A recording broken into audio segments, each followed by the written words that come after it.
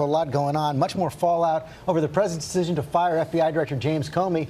Reports this morning that the Deputy Attorney General Ron Rosenstein threatened to resign if the White House didn't clarify that this decision was driven by the president, not him.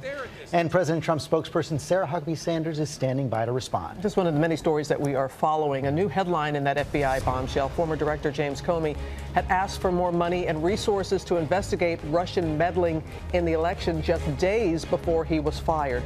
Meanwhile, acting FBI Director Andrew McCabe will testify today before the Senate Intelligence Committee, which Comey had originally been scheduled to do.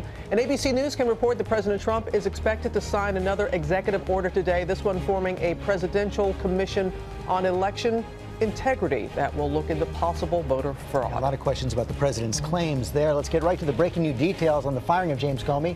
Chief White House correspondent John Karl starts us off. Good morning, John.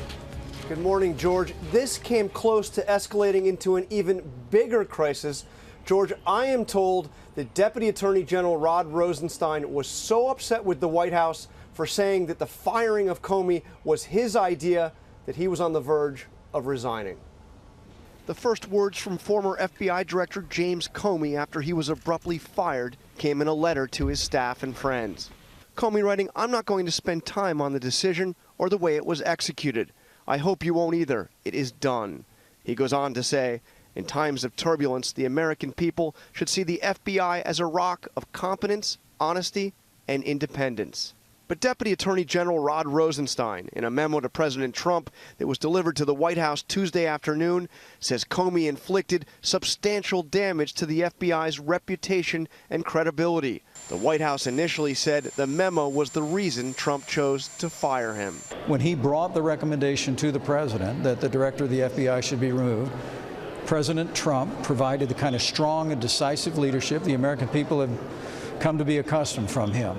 So who ordered the review of Comey to begin with? Press Secretary Sean Spicer pointed the finger at the Justice Department. So the White House had no involvement in this decision to write this letter by the Deputy Attorney General. That's correct. But ABC News has learned it was Trump himself who had soured on Comey and set the firing process into motion.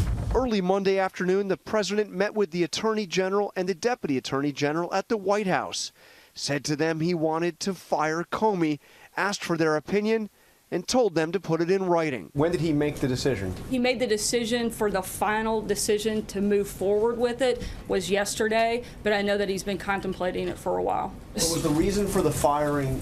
What was written by the Deputy Attorney General? Is that why he did it? That was, I think, the final piece that moved the president to make that quick and decisive action yesterday.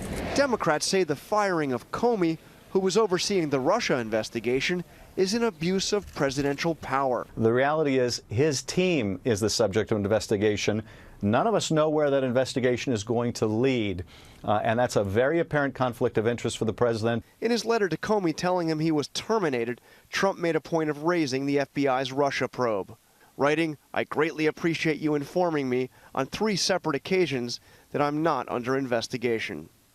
Associates of Comey tell ABC News they are highly skeptical that Comey ever would have told the president that he was not under investigation. They say it's possible that was the president's understanding, but that Comey would never have cleared anybody while the investigation is still underway, and that it would have been highly inappropriate of him to do so.